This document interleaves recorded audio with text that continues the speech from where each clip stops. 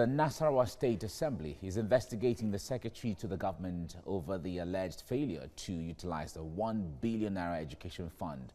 Lawmakers say the move on the former commissioner in that sector is not a witch hunt, but to ensure justice is delivered to the people. Godwin Agwam has more on this. Recently, the Nasarawa State House of Assembly set up an ad hoc committee to probe an unutilized $1 billion education fund. The SSG was the former commissioner for education when the fund was released and is at the center of this probe. Now he has been invited by the ad hoc committee of the assembly to explain what he knows and how the fund was used. Tijani Aliu insists that the money was judiciously used. Over 100 of these buildings were completed. Absolutely. Of course, yes. There are other ones between 55 and less that were at various stages of completion, either at 30% or at 70%. But in fact, still remains that if you put the money horizontally or vertically, you find out that what we have expended will give you the exact amount of money that was sent into this account.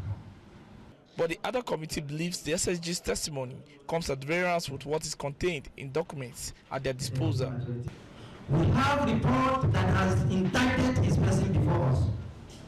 We did not generate this report. This report was generated by the Ministry of Education, Science and Technology.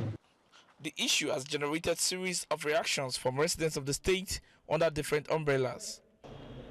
NASA observed that there is a huge misunderstanding on the controversy and advises the general public to stay away from derogatory or disparaging comments capable of stifling the success of the outcome of the investigative committee's report.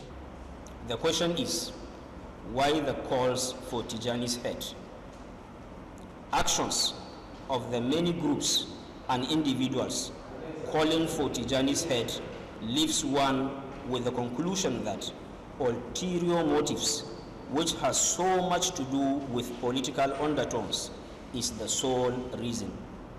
As the Nasarawa State House of Assembly concludes investigation on the unutilized $1 billion education fund, the people of the state are keen and waiting for the outcome of the reports.